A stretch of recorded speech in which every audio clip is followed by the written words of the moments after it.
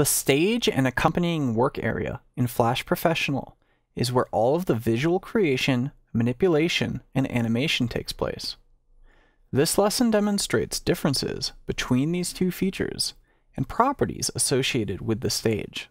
So here in Flash Professional CS6, we have a small project open called demoproject.fla, and this project is a basic animation in which some text comes flying in and some objects pull off to the side.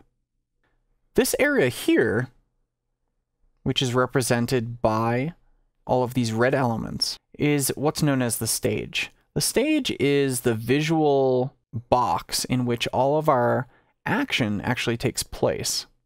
If I go and turn off all of my layers, we can see that the stage here appears as this black box.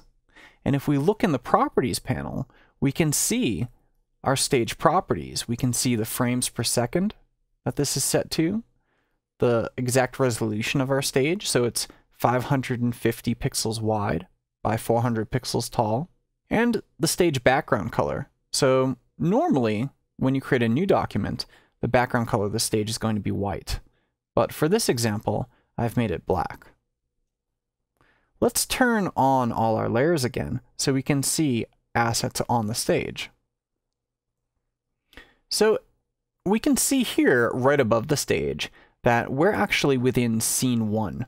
The timeline can be split into many different pieces known as scenes.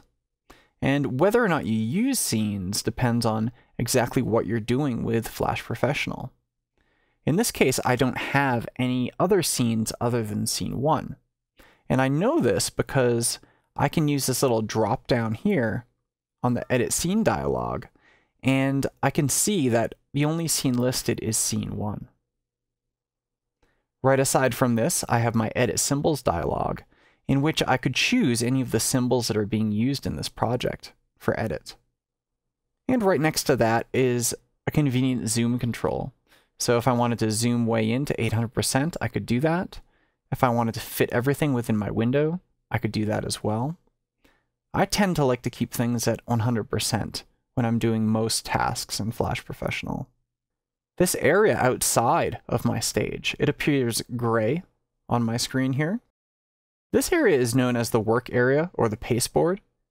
And when you actually test a Flash project, so I'm going to go through and scroll this thing, and we can see that we have these elements that go off into the pasteboard area, into the work area, and we also have elements such as these text elements here that actually are flying in from the side.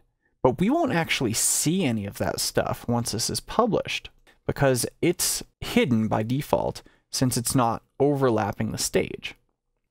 To demonstrate this, I'm going to go up here to Control, and I'm going to say Test Movie in Flash Professional Test. So we can see this movie run here, and you notice we don't actually see anything going on outside of our general stage area. When this is embedded in a web page, we'll see the same exact thing happen. If we embed this at 550 by 400, we're not going to be able to see any of that extra stuff going on outside the stage. So you can use the work area to hide things off screen, such as this text, until we need them, or to move things off screen when you don't need them any longer. We can also use the pasteboard to do things like draw out concepts here, try things out, swap things around, and then test them. So this has been an example of both the stage and the work area within Flash Professional CS6.